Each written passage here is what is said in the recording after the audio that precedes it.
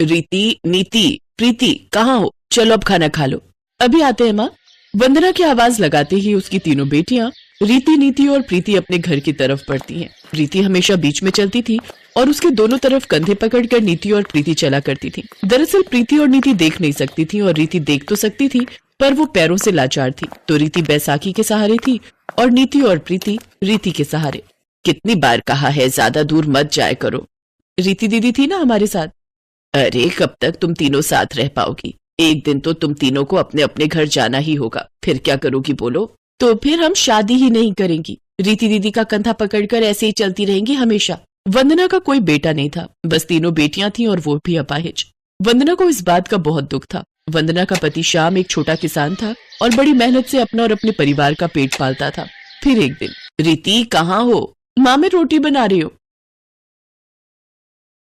अरे सारा दिन तू ही काम करती रहती है, अपनी दोनों बहनों को भी तो कुछ सिखा। माँ मैं हूं ना, और वैसे भी वो दोनों कैसे करेंगी? ऐसा नहीं है मेरी बच्ची, जब तू अपने घर चली जाएगी तो इन्हें भी तो ससुराल जाना पड़ेगा। फिर कैसे काम चलेगा? अंधे भी तो अपने हिसाब से काम करते हैं ना। और हम कोई अमीर घर से तो है नहीं कि काम नौकर चाकर करेंगे। पर माँ वो कैसे कर पाएंगी? आप खुद ही सोचो ना कि अगर आप देख ना पाओ तो आप कैसे पता करोगी कि कौन सी शक्कर है और कौन सा नमक? कैसे पता करोगी कि कौन सी मूली है और कौन सी गाजर? माँ मैं तो कहती हूँ कि आप मेरी शादी ही मत करो। मैं कमाऊंगी और सबका ख्याल रखूंगी हमेशा। रीति की बात सुनकर वंदना की आंखों में आंसू आ गए। ये बात नीति और प्रीति ने भी सुन ली और वो दोनों भी चुपके रोने लगी। फिर उसी शाम, माँ पिताजी मैंने सोच लिया है, हम तीनों बहनें या तो शादी ही नहीं करेंगी या फिर हमारी शादी ऐसे घर में करना जहाँ 3 भाई हो। बाकी हमें कुछ नहीं चाहिए, ना अमीर घर और ना ही कोई बहुत सुंदर लड़के। बस हमें अलग मत करना पिताजी, क्योंकि मेरे बिना इनका और इनके बिना मेरा गुजारा ही नहीं है। रीति की वो बात श्याम और वंदना को लग गई और फिर एक दिन श्याम भागा भागा घर आया। अरे सुनती हो, एक खुशखबरी लाया हूँ। क्या है जी, जल्दी बताओ। वो किशनपुर है ना, वहाँ किशोरी लाल जी का परिवार रहता है। उनके 3 बेटे हैं और तीनों ही कुंवारे हैं। वो अपने बेटों की शादी करना चाहते हैं। इससे बढ़िया मौका नहीं मिलेगा। अगर उन तीनों लड़कों से अपनी बेटियों की शादी हो जाती है तो वो हमेशा साथ रह सकेंगी। पर वो हमसे रिश्ता जोड़ेंगे क्या? वो तो अरे यही तो बताना है तुम्हें।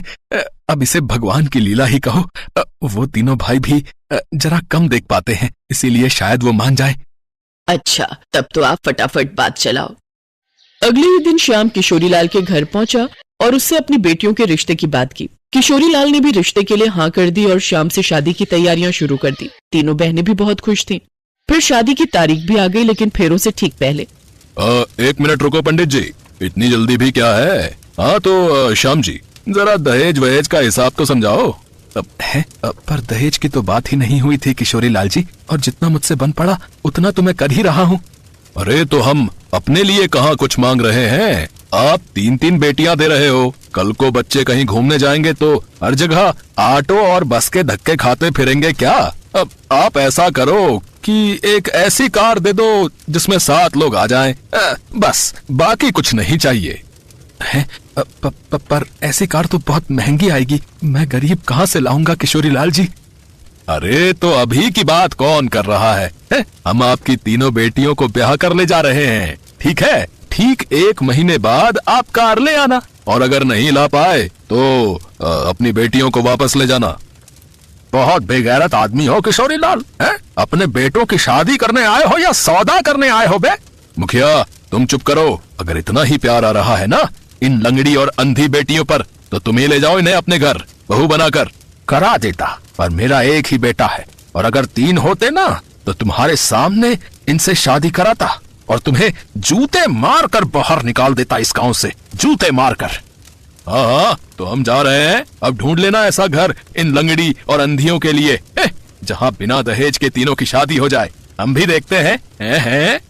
विमल बेटा इधर आ। श्याम भाई बताओ कि आप मेरे बेटे के साथ अपनी कौन सी बच्ची की शादी करना चाहते हो, बताओ। मुखिया जी, आपकी इस दरिया दिली के लिए बहुत बहुत धन्यवाद, लेकिन हम तीनों अलग नहीं रह सकती। मेरी बहनें मेरे ही सहारे हैं, तो या तो हम तीनों एक ही घर जाएंगी या फिर। शादी तो होगी बेटी, और इस लालची किशोरी लाल के सामने ही होगी।